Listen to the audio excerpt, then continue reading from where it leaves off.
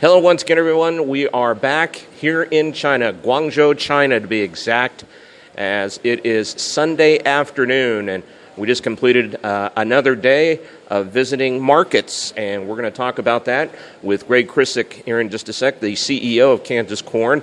Our video updates, of course, are presented by Kansas Corn and also sponsored by Kansas Farm Bureau and the Kansas Soybean Commission. One thing, if they notice, we are sweating quite a bit because that's kind of been one of the recurring themes.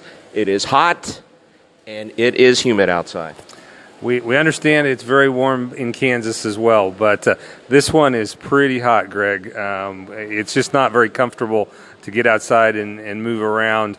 We had several stops this morning so far and into this afternoon, but this last one was, we didn't spend much time outside. We went inside to look at a couple things. That includes a wet market, which is really a farmer's market, the equivalent in the United States. And boy, Greg, it was 2 floors of basically anything and everything concerning meat and other products that they sell at that market. That's right. So again, I did not know very much at all about Guangzhou before we got here. Learning about it, I believe they told us it's the 3rd largest city in China. And again, 16 million people. We've been in the areas of the urban core, high-rise apartments, many people per square kilometer living. And this wet market is a traditional method of shopping, especially for those in this environment. Frequently shop almost every day. They may have the retired couples shopping in the mornings, and then the urban professionals coming through after work. And it had every type of protein I think we could think of here in China, as well as then a floor just full of relatively locally grown fruits and vegetables. And we were accompanied by staff of the U.S. Meat Export Federation who helped explain what was going on. There was at least one of the vendors in this particular wet market that does carry U.S. beef. They didn't happen to be open today, so we didn't get to see that much at the wet market.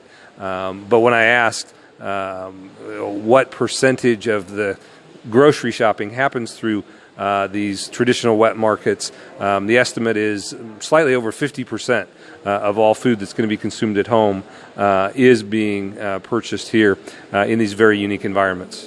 It is a farmer's market in many of the sense of what we see in the United States, be it in Topeka, Overland Park, Wichita, wherever local town you live in, but not like what we see in the United States.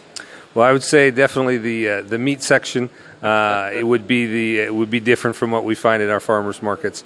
It was mentioned that the actual butchering, especially of live chickens, no longer goes on at wet markets as a regulatory food safety mechanism.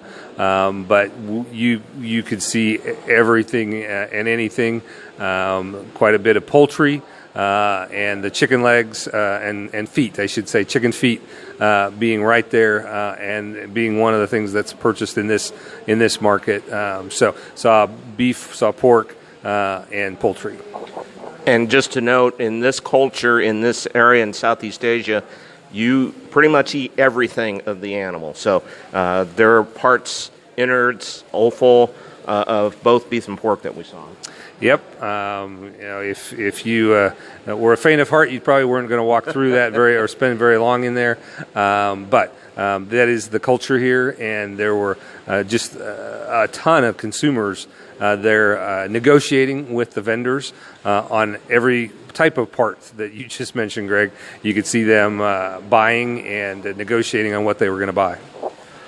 We then switched over to a supermarket called Olay Supermarket. Is the largest grocery chain in China, but they were also, Greg, having a in-tasting or in-store promotion of tasting U.S. pork.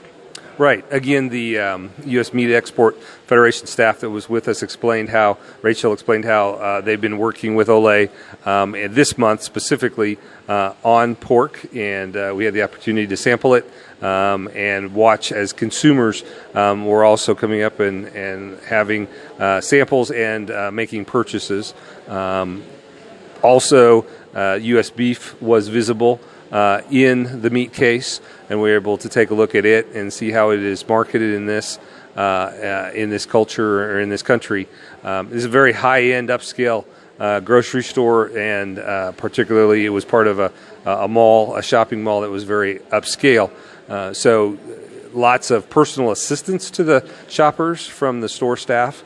But I will say, compared to a couple other Asian countries that I've gotten to visit, there was not that much U.S. Meat in the meat case. Maybe 10% of all the meat offerings were U.S. So the good news is that's an opportunity in this very thriving market of consumers who are becoming more middle and upper middle class with disposable income to spend on their diets. Obviously, the trade negotiation scenarios that are playing out need to be resolved, but looks to me like there's great opportunity here if we can just have access to the market. And you're comparing that to the recent trip you made not too long ago to Japan and South Korea with U.S. Meat Export Federation officials. Right. About a year, not quite a year ago, and the U.S. Or the Kansas Beef Council, the Kansas Corn Commission, Kansas Soybeans, over the past couple of years have had a specific targeted promotion in South Korea where we've had very positive luck through the Costco stores, basically flipping them from 95% Australian beef to now 95% U.S. beef. Boy, it would be great to have the opportunity to try a targeted program with the U.S. Meat Export Federation here in China for that exact type of target. And just to note, too, most of what they were selling on the beef side was prime, but of course they have the limitations and the restrictions of hormone-free and other things they have to follow to have U.S. beef come into China. Right. It certainly sounds like there is a strong push here for traceability. And I know Kansas, just this weekend, Kansas and Kansas Livestock Association and the state, Kansas Department of Agriculture, are embarking on a traceability test. This may be where we need to move for markets like this. Coming up, we were scheduled to visit a crushing facility, the Bunge crushing facility, but as our officials have been told, it has ceased to exist. You can interpret that however you want. There are still things in China that are not very transparent, from what I can tell. I'm pretty sure a large soybean processing facility just doesn't disappear overnight. But evidently it's not accessible for us for a tour. However, tomorrow, and again, we're in what someone has called one really long and big metro area that basically connects to Hong Kong. We'll be visiting a grain storage facility at one of the port locations as we move tomorrow from Guangzhou to Hong Kong, as well as visiting with a protein company for here in China that we are curious to see what that means. And of course, our tour ends, or the last day of the tour, full day of the tour, ends on Tuesday in Hong Kong before we fly back on the 4th of July.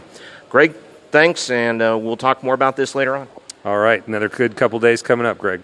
Our video updates are brought to you by and presented by Kansas Corn and also sponsored by the Kansas Soybean Commission and Kansas Farm Bureau. For Greg Krissek, I'm Greg Akagi. You can follow us as well on our website at kansasagnetwork.com or on our Facebook page. Just type in Kansas Ag Network. Thank you for joining us.